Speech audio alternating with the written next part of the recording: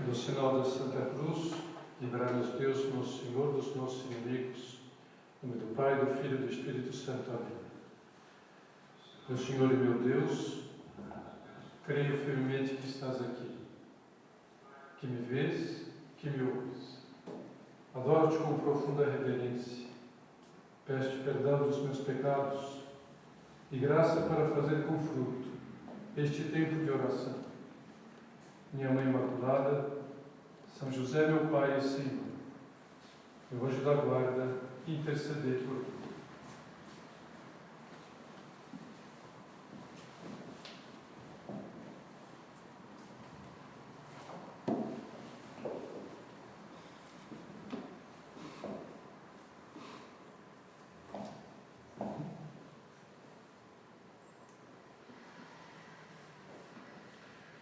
Depois de termos passado pelo amor de afeição e pelo amor de amizade nas semanas passadas, hoje nós vamos percorrer o terceiro trajeto da estrada dos quatro amores, sempre guiados por C.S. Lewis.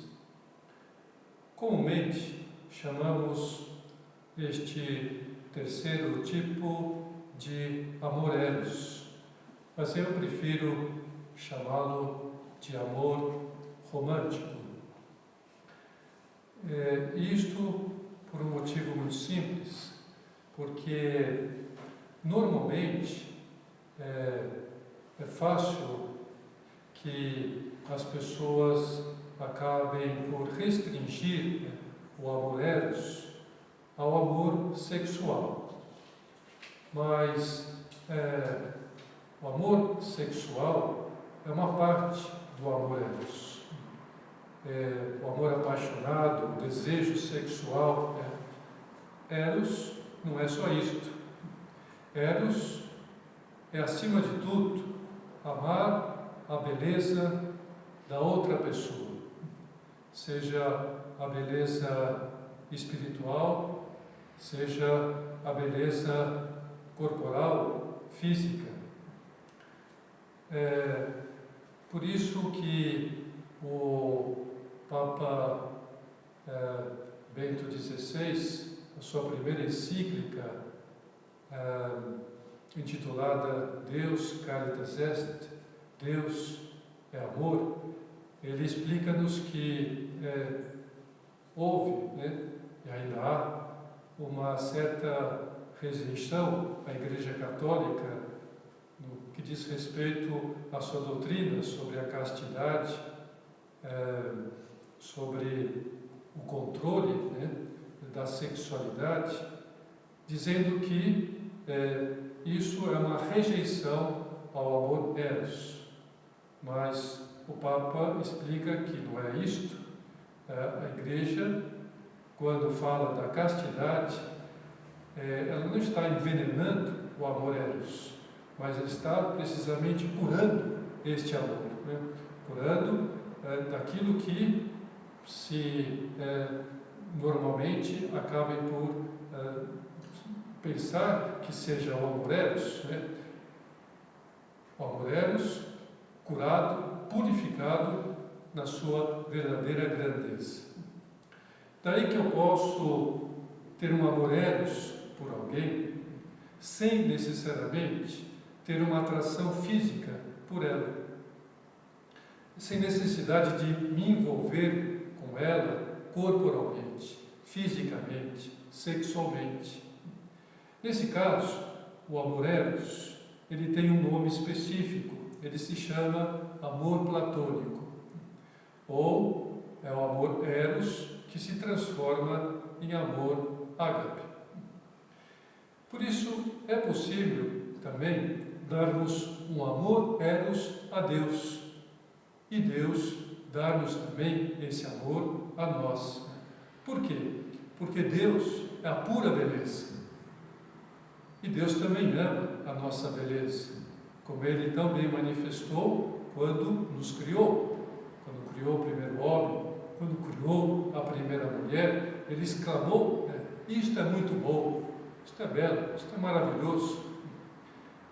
E por isso também, que naquela mesma encíclica, Deus Caritas Est, do Papa Emérito Bento XVI,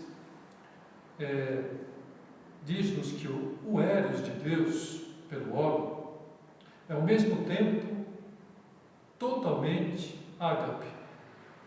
E não só porque é dado de maneira totalmente gratuita, que é uma característica do amor ágape, que vamos ver na semana que vem. Não só porque é sem mérito algum precedente, mas também porque é amor que perdoa.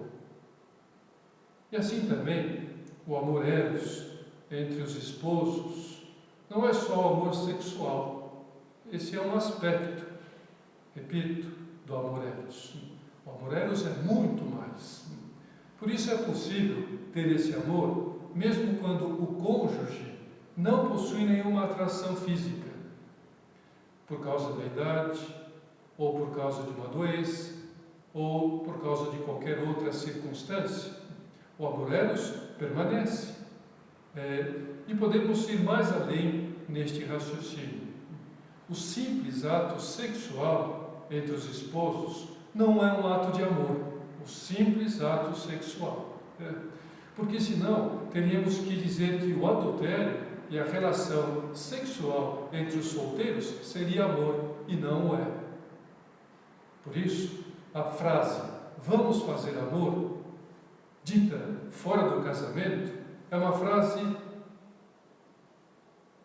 mais falsa do léxico popular. É mentira. Não se faz amor fora do casamento nesse sentido, do ato sexual.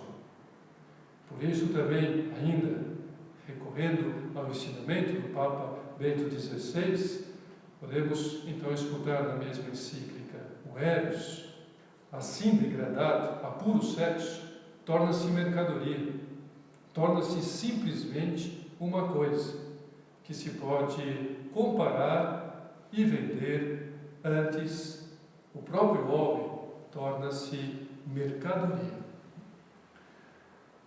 Mas, nessa elevação do amor eros, nessa purificação do amor eros sobre o qual estamos refletindo, quando vivido corretamente, podemos até dizer que qualquer pessoa pode dar um amor eros a outra, sem que haja o componente sexual desse amor, porque nem sempre o amor entre as pessoas vai ter esse componente, não tem por que existir. Nesse caso, por exemplo, assim, qualquer pessoa, daí se inclui também as pessoas celibatárias, pode uma pessoa celibatária dar um amor eros a outra pessoa, excluindo nesse caso o aspecto sexual. Olhemos agora, mais especificamente, para aqueles que pretendem formar uma família. Pode-se ter uma certa certeza, de que existe um princípio de amor eros, um princípio de paixão, um desejo de união matrimonial de um homem por uma mulher e vice-versa, se antes de sentir um desejo sexual, sente um desejo apaixonado de querer estar junto com a outra pessoa. Isso é o primeiro que deve, então, existir em alguém que acaba por ficar apaixonada por outro. Ou seja, o pensamento se dirige não ao sexo da pessoa, mas à pessoa total, à beleza da pessoa. No caso do homem, a beleza feminina; no caso da mulher, a beleza masculina, a beleza física e espiritual juntas, porque a pessoa humana, ela é uma unidade. Não existe a beleza corporal aqui e a beleza espiritual ali. São dimensões que se unem numa única pessoa. A pessoa é única, ela corporalmente e espiritualmente, ambas inseridas numa pessoa, não existem separadas. Por isso, o amor à pessoa, nesse caso que estamos considerando, as pessoas que buscam a outra parte em que vai se unir matrimonialmente, é a pessoa e não ao seu aspecto exclusivamente corporal ou espiritual, os dois juntos, né? Então, no fundo, é um desejo de envolver-se com a pessoa para ajudá-la e ser ajudado por ela, em todos os sentidos, fisicamente, espiritualmente, psicologicamente, tudo, né, que envolve o relacionamento de duas pessoas, então, que começam a ter uma união que vai, então, poder acabar por desembocar no matrimônio. Esse desejo de pensar na outra continuamente. Por isso o amor, ele tem algo de contemplativo, o amor eros. Ele tem algo de contemplativo, né? Contemplar a pessoa humana, outra pessoa, de uma maneira abrangente. E esse raciocínio serve também para entendermos melhor o amor eros no namoro e no casamento. A sexualidade é no namoro e continuará sendo no casamento apenas uma piscina do castelo que a outra pessoa é. Em algum momento será bom, necessário e útil mergulhar na piscina, no caso do casamento. Ou seja, o importante não é a piscina, mas o castelo inteiro. A piscina é um elemento. No namoro, a piscina da sexualidade será só para molhar os pés, ou até ficar na borda tomando sol. Não mais do que isto. A maioria dos dias e das horas, seja no casamento, seja no namoro, a piscina vai estar lá, sem nenhum pensamento que vá para ela. A pessoa não fica piscina, piscina, piscina, piscina. Não. É um castelo, de maneira geral. Principalmente no inverno, ninguém pensa em piscina. Mutatis mutandi, algo de semelhante pode-se ser no amor eros platônico. Alguém que não vai namorar, alguém que não vai casar com a outra pessoa, ou seja, para essa pessoa, o castelo da outra é como se não tivesse piscina da sexualidade. Nesse castelo não existe piscina. Voltando ao casamento e ao namoro, depois de sair da piscina, não é normal ficar andando pelo castelo molhado. É tão pouco ficar pensando nela, a piscina ficou lá, acabou. Agora é hora do almoço, agora é hora de outro entretenimento, de trabalhar, é hora de conversa, de tertúlia. Já cumpriu o seu papel dentro do amor eros, a piscina. Ou seja, no amor eros, o interesse pela outra pessoa não está em buscar dela simplesmente o prazer sexual. Não se casa, não se namora para isto, simplesmente para isto, mas vai-se em busca da pessoa totalmente. Totalmente. Isso é tão importante no casamento, importantíssimo, mesmo, até mesmo no momento do relacionamento sexual também é importantíssimo. Quem estivesse num relacionamento amoroso com alguém, por ser os braços, os beijos da outra mais prazeroso do que de outra pessoa, não estaria amando com amor eros. É falso. Não estaria amando com amor romântico. Simplesmente está amando por causa da sexualidade. E isso nós não damos o nome de amor eros, amor nenhum, mas damos o nome de egoísmo. Então, reforçando didaticamente essa ideia, o amor eros não deseja o prazer, deseja o ser humano total. Porque no amor eros não há distinção entre dar e receber. E aqui é que entra o romantismo. Esse é o verdadeiro prazer do amor, dar e receber. Nesse sentido, o amor eros é essencial para os casais permanecerem juntos até que a morte os separe.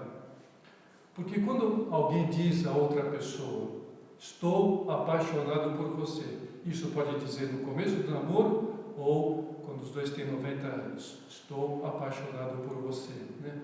Logo em seguida acrescenta, seja aos 15 anos, seja aos 90, lhe serei sempre fiel. Essa é a tradução da expressão, estou apaixonado por você, porque eu quero ser fiel a você até o fim da minha vida. Por isso, quando se mantém a paixão do amor eros, a fidelidade está garantida para sempre. Então, tudo que nós acabamos de ver até aqui, sobre o amor romântico, mostra-nos como ele é maravilhoso. Como eu diria que é um belo vestido de noiva. Mas só que até aqui nós não pusemos ainda aquela esplêndida capa de seda fina com a cauda. É só o vestido. Nem as magníficas rendas, nem os brilhantes que às vezes pode se pôr, que embelezam extraordinariamente mais aquele vestido de noiva. Ou seja, o amor eros, o amor romântico, é valioso, sobretudo porque é uma criação divina. Aí nós pomos a capa, a cauda, os brilhantes deste vestido de noiva, que é o amor romântico. Ao criar o homem e a mulher, Deus quis que eles se unissem nesse amor, porque não era bom que o homem ficasse só. Criou o homem e não havia ninguém que fosse semelhante a ele. Osso dos meus ossos, carne da minha carne, disse Adão quando viu Eva, porque entre os animais bonitos, belos, maravilhosos, mas não era igual, não era semelhante, dos animais irracionais. Por isso, esse é o maior motivo do amor eros, unir intimamente o homem e a mulher em casamento. E Jesus Cristo confirmou essa primeira e principal finalidade do matrimônio ao elevá-lo ao sacramento. Ou seja, os esposos, eles podem receber uma graça especial. Deus quer dar essa graça especial para que possam se amar eroticamente e santamente nesse amor. Um amor que os une em profunda unidade, para serem uma só carne. Por isso, São José Maria, ele dizia que abençoava um casal com as suas duas mãos de sacerdote. E quando lhe perguntavam, por que duas mãos? Ele respondia, porque não tenho mais. Porque se tivesse mais mãos, eu abençoaria com todas as mãos que tivesse o matrimônio, a união entre o homem e uma mulher. E há mais uma riqueza nesse vestido de noiva. O amor eros foi criado por Deus para que um homem e uma mulher, unidos em matrimônio, criassem uma família. Essa finalidade, unida à primeira, a união entre os dois, o amor entre os dois, a paixão entre os dois, inclui-se também essa possibilidade. Criar uma família, já são uma família eles dois, mas que a família gere e eduque a prole que possa advir desse amor eros, enchendo a terra, isso que Deus disse aos nossos primeiros pais, encher a terra, encher a terra de seres humanos, para depois encher o céu de seres humanos. E daí é que não pode haver amor eros entre homem com homem, nem mulher com mulher. Mas eu não vou me estender muito nesse aspecto, porque estamos falando do amor eros, isto não é amor eros.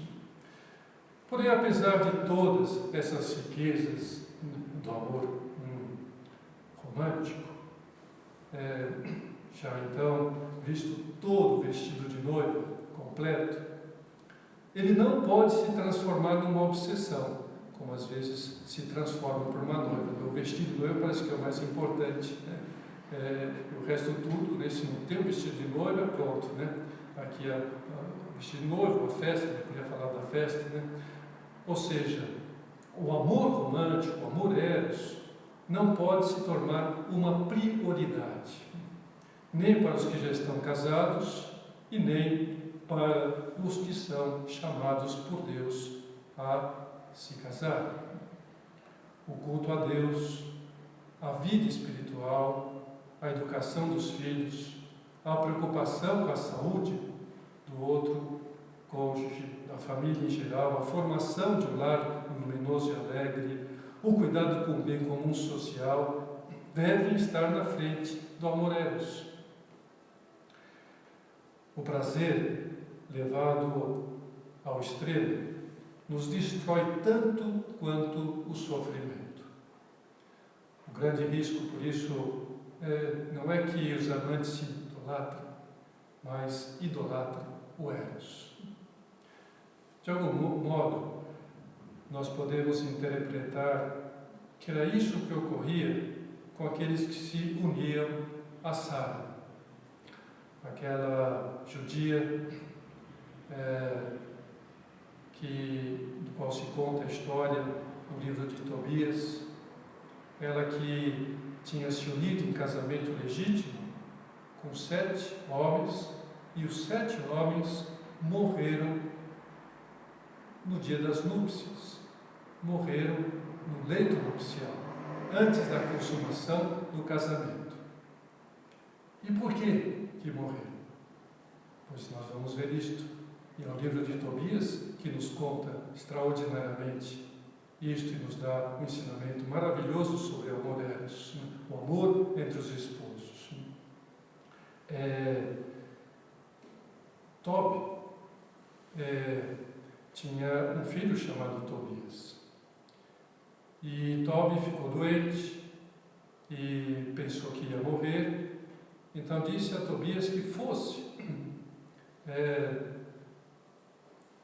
recuperar um dinheiro que Tobi tinha dado a um parente numa outra cidade. Que fosse então lá e recuperasse esse dinheiro para que ele pudesse ter uma boa herança. E pediu também que ele fizesse essa viagem com um bom companheiro, não fosse sozinho. E a gente sabe que Tobias, que é o filho de Tobi, foi fazer essa viagem com Rafael. Ele não sabia, Tobias não sabia, mas Rafael era o arcanjo Rafael. Fizeram essa viagem, chegaram na cidade onde tinha que recuperar esse casamento, esse dinheiro. Eu estou me adiantando do pensamento, né? E aí Tobias perguntou a Rafael: onde a gente vai pernoitar? E aí Rafael disse: vamos pernoitar num parente do seu pai que tem aqui nessa cidade, chamado Raguel. Raguel era o pai de Sara. Raguel era primo de Tobi, pai de Tobias. E aí foram naquela casa. Tobias se apaixonou por Sara, soube que era sua prima, né? E aí então quis casar com ela. Aí Raguel ficou triste, porque pela história daqueles 7 casamentos que a sua filha tinha tido, todos morreram, falou: agora vai morrer também esse meu parente. Mas Rafael tinha dito a Tobias que iria se casar com Sara, mas que iriam viver a castidade no matrimônio. Olha que interessante. É que nós vemos a causa do porquê aqueles outros 7 morreram. Porque não viveram a castidade. Claro que é um momento didático da história da humanidade, da história da igreja do cristianismo, do povo de Israel, mas precisamente pode-se pecar contra a castidade no casamento, não vivendo o amor eros autenticamente. Mas, então, Tobias quis casar com Sara, mas iria viver a castidade. E olha que bonito ocorreu na noite de núpcias. Sara estava deitada na cama para consumar o casamento e Tobias lhe disse: levanta-te, Sara, e roguemos a Deus hoje, amanhã e depois da manhã, 3 dias. Estaremos unidos a Deus durante estas 3 noites. Depois da 3ª noite, consumaremos nossa união. Porque somos filhos dos santos, patriarcas, e não nos devemos casar como os pagãos, que não conhecem a Deus. Levantaram-se, pois, ambos e oraram juntos, fervorosamente, para que lhes fosse conservada a vida. Tobias disse: Senhor Deus de nossos pais, bendigamos-vos o céu, a terra, o mar, as fontes e os rios, com todas as criaturas que neles existem. Vós fizestes Adão do limo da terra e destes-lhes Eva por companheira. Ora, vós sabeis, ó Senhor, que não é para satisfazer a minha paixão que recebo a minha prima como esposa, mas unicamente com o desejo de suscitar uma posteridade, pela qual o vosso nome seja eternamente bendito. É nisso que o Papa Bento XVI se refere, que a Igreja, apoiada em toda a doutrina, em toda a história judaica e cristã, concebe o amor eros, nesse sentido sublime, nesse vestido de noiva completo e maravilhoso. E aí, então, depois dessas palavras de Tobias, Sara, então, lhe acrescentou: tende piedade de nós, Senhor, tende piedade de nós, e fazei que cheguemos juntos a uma ditosa velhice. Assim que deve ser todo casal, todo namoro deve principiar assim, deve continuar assim, e a união matrimonial, o casamento, apoiado e ajudado pela graça sacramental, deve então ser vivido dessa maneira, neste aspecto completo e total do que é realmente o amor romântico. Mas há uma história mais bonita na Bíblia de um casal ainda mais santo, formado por Maria Santíssima e São José, os pais de Jesus. Pela união deles, Deus quis sutilmente indicar que o amor eros no casal não é o mais essencial. Sutil, porque quem tem ouvidos, ouça, como gostava de dizer Jesus Cristo nas suas parábolas. E essa insinuação delicada é nos dada por eles terem se unido com a intenção de não fazerem uso do amor eros sexual no casamento. Esse aspecto do amor eros, melhor dizendo, a relação sexual não é evidentemente o ideal do casamento. O casamento não existe para isto, mas Deus só pediu isso a eles por um motivo sobrenatural, porque Nossa Senhora iria receber no seu seio, no seu ventre, o Verbo encarnado. Então não convinha que tivesse, então, o Espírito Santo é o esposo que encarnou a Jesus Cristo, o Verbo encarnado, ele se encarnou no ventre de Nossa Senhora. Por isso é que houve esse aspecto extraordinário naquele casamento. Mas, de algum modo, quis mostrar que o casal mais romântico da humanidade não se amou eroticamente. Por isso, todo casal pode ser um casal maravilhosamente romântico, independente da relação sexual. Não é para excluir a relação sexual de uma maneira completa, mas pode-se excluir em alguma temporada, em algum momento, em períodos, enfim, há tantos aspectos e momentos, de gravidez, de doença, de velhice, e em que já a relação sexual não tem por que ser vivida. E ali o amor eros continua, em todos os seus outros aspectos. E como fizeram Sara e Tobias, naqueles 3 dias antes, então, de consumarem o seu casamento, oferecendo esse sacrifício para Deus e para que Deus abençoe a união dos dois e os filhos. Enfim, que o amor eros entre os casais seja verdadeiramente um amor romântico, mais espiritual do que carnal, mas, não que não possa existir os 2 aspectos, é isso que consideramos. Semana que vem vamos percorrer o último trecho da estrada dos 4 amores, o trecho do amor ágape.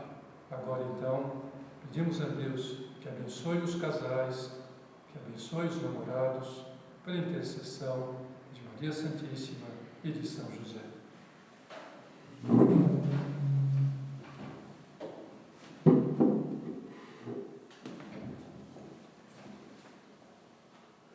Dou-te graças, meu Deus, pelos bons propósitos, afetos e inspirações que me comunicaste nesta meditação. Peço-te ajuda para os pôr em prática. Minha Mãe Imaculada, São José, meu Pai e Senhor, meu anjo da guarda, intercedei por mim.